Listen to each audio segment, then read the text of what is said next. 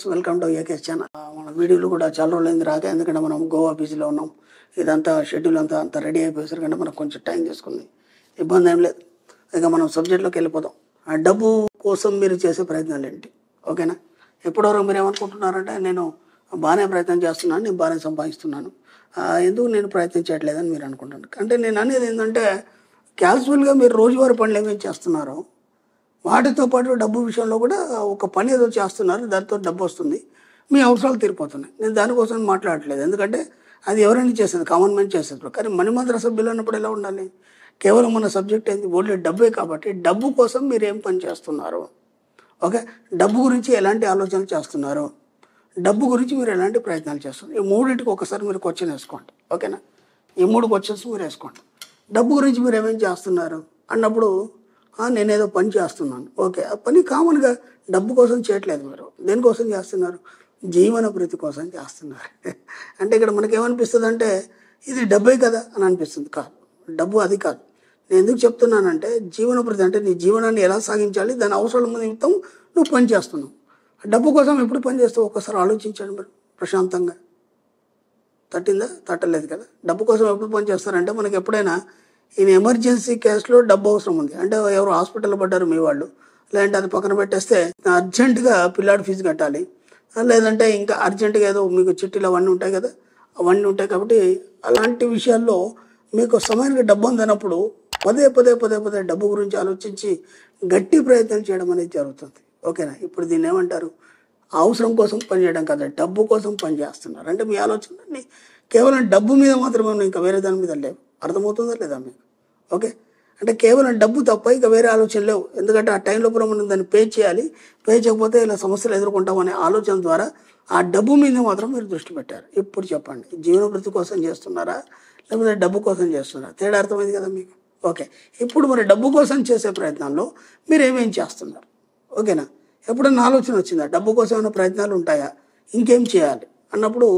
నేను ఎన్నోసార్లు చెప్పాను, మీకు ఏమర్థం కానప్పుడు ఏం చేయాలంటే, ఇప్పుడు మీకున్న నెలసరి ఆదాయం కాకుండా అదనంగా మీరు సంపాదించడానికి మీరు ఆలోచించాలి. ఓకేనా? అదనంగా సంపాదించడానికి ఆలోచించినప్పుడు ఏమవుతుందంటే, దానికి సంబంధించిన ఆలోచనలు మనం ఎప్పుడైతే విశ్వానికి పంపుతామో అప్పుడు ఏమవుతుందంటే, మీకు ఎన్నో అవకాశాలు విశ్వం ద్వారా మీకు సృష్టించబడడం అనేది జరుగుతుంది. ఇది బాగా గుర్తుంచుకోండి, ఫస్ట్ పాయింట్. ఓకే, రెండోది మనం ఏం చేయాలంటే, ఇప్పుడు మీరు ఏదైతే రోజువారీ పని చేస్తున్నారు అంటే, ఒక వ్యాపారం చేస్తున్నారు, లేదంటే ఒక జాబ్ చేస్తున్నారు, ఏదో ఒకటి చేసి డబ్బు సంపాదిస్తున్నారు, ఇది కాకుండా నేను ఇంకేమైనా చేయగలనా? ఓకేనా? ఇది కాకుండా నేను ఇంకేమైనా చేయగలనా అని ఏం చేయాలంటే ఒక పాయింట్ రాసుకోవాలి. ఇది కాకుండా నేను ఏమేమి చేయగలను. ఎందుకంటే నేను ఎందుకు చెప్తున్నానంటే, మీకు బుద్ధి తెలిసినప్పటి నుంచి కేవలం ఇప్పుడు చేస్తున్న పనే కాకుండా ఇంతకుముందు బోలెడు పనులు చేస్తున్నారు. ఓకేనా?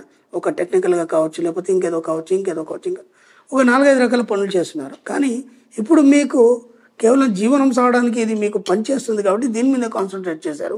అవన్నీ మర్చిపోయారు, మీరు పాత అన్నీ మర్చిపోయారు.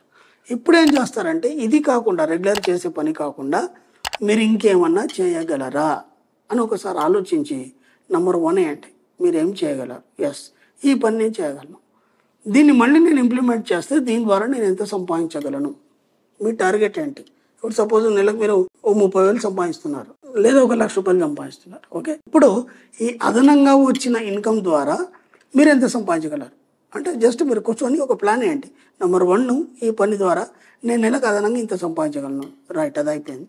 ఆ తర్వాత ఇప్పుడు మీరు రెగ్యులర్ చేసే పని ఉంది, ఇప్పుడు కొత్త పని యాడ్ చేసుకున్నారు, ఎప్పుడో చేసింది, లేకపోతే మీకు ఐడియా ఉంది. ఇప్పుడు ఇవి 2 కాకుండా 3వ పని ఇంకేం చేయగలను. ఓకేనా?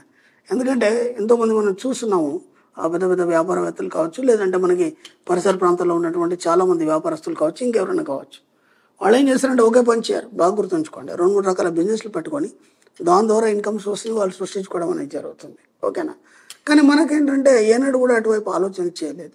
ఇప్పుడు మనం మణిమంత్ర వీడియోలు విన్న తర్వాత మనకు కూడా ఆలోచనలు వస్తున్నాయి కదా, బాగా సంపాదించాలి, బాగా ఖర్చు పెట్టాలి, బాగా ఎంజాయ్ చేయాలి అన్నప్పుడు వాటన్నిటి సరిపడి డబ్బు కావాలి కదా. కాబట్టి ఇప్పుడు ఆలోచించండి, ఇంకేం చేయగలము. నెంబర్ 3 రాసుకోండి, ఇంకేం చేయగలము.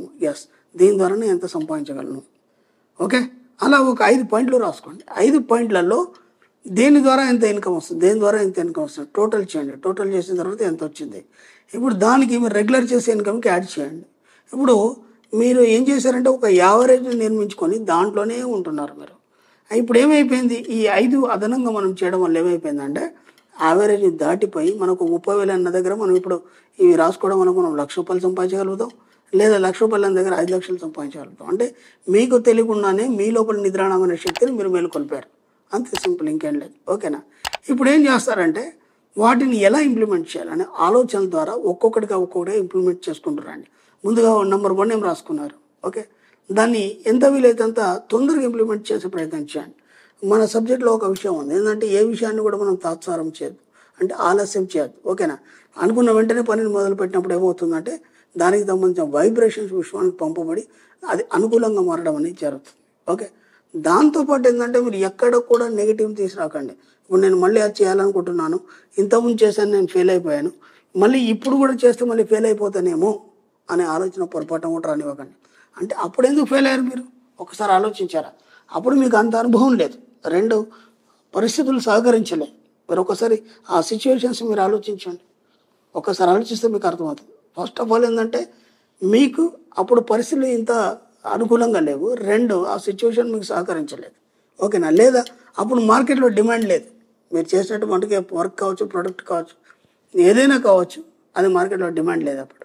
ఇప్పుడు చాలా సౌకర్యాలు వచ్చినాయి, చాలా మనకు ట్రాన్స్పోర్టేషన్ కానీ లేకపోతే కంప్యూటర్ కానీ టెక్నాలజీ కానీ ఇవన్నీ కూడా బాగా పెరిగినాయి. కాబట్టి ఇప్పుడు మీరు దాన్ని ఒకసారి ఇంప్లిమెంట్ చేస్తే మీరు ఏ స్థాయికి చేరగలుగుతారు, అది అయిపోయింది. తర్వాత దాన్ని కొత్త ఇంప్లిమెంట్ చేసిన తర్వాత మీకు సరి అనిపిస్తున్నప్పుడు మెల్లనే ఏమంటే 2వ దాన్ని ఇంప్లిమెంట్ చేసే ప్రయత్నం చేయండి, అలా 3వ దాన్ని ఇంప్లిమెంట్ చేసే ప్రయత్నం. ఇదంతా కూడా దేనికోసం మీరు చేస్తున్నారు, డబ్బు కోసం మాత్రమే చేస్తున్నారు, ఇది మైండ్లో పెట్టుకోండి. ఓకేనా? అప్పుడు మీరు వ్యాపారం చేశారు, అది ఫెయిల్ అయిపోయినారు, ఇప్పుడు డబ్బు కోసం చేస్తారు, సక్సెస్ అవుతారు. ఓకేనా? కేవలం మీ సబ్జెక్ట్లో విజయం మాత్రమే ఉంటుంది. విజయం అన్న తర్వాత మళ్ళీ ఏమంటే అపజయం వస్తుంది. కాబట్టి ఇవి 2 మన సబ్జెక్ట్లో తీసేసి మన సబ్జెక్ట్లో మనం సృష్టి అని పెట్టుకున్నాం. ఓకేనా? సృష్టి అంటే నిరంతరంగా సాగేది, అంటే దాంట్లో ఫెయిల్యూరు లేదంటే సక్సెస్ ఇవన్నీ ఏముండవు, నిరంతరంగా డెవలప్మెంట్ ఉంటూనే ఉంటుంది, మనం సాధిస్తూనే ఉంటాం, సంపాదిస్తూనే ఉంటాం. ఇప్పుడు డబ్బు కోసం మీరు చేస్తున్న లెక్క మీకు స్పష్టంగా ఒక్కొక్కటిగా అర్థమవుతుంది. ఇప్పుడు చెప్పండి, మీరు డబ్బు కోసం పని చేస్తున్నారా లేకపోతే జీవనోభివృద్ధి కోసం పని చేస్తున్నారా? మీరే డిసైడ్ చేసుకోండి. Okay friends, thank you universe.